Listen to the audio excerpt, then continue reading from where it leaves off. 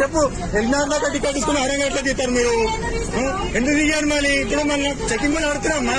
ఇప్పుడు పబ్లిక్ లేకుండా టికెట్ తీస్తున్నావు, తీస్తాను మళ్ళీ నువ్వు మధ్య తీస్తున్నావా? బస్ ఆపండి, బస్ ఎట్లా బస్ ఆపండి. మంచిగా నువ్వు కొడుతున్నావు విజుతాను ప్రభుత్వం కోరుకుంటున్నావు. రైట్ ఆరంగా సార్ మీరు చెప్పండి. రైట్ ఆరంగా అందుకే చేస్తుంది మధ్య తీస్తుంది సార్ అడగద్దా?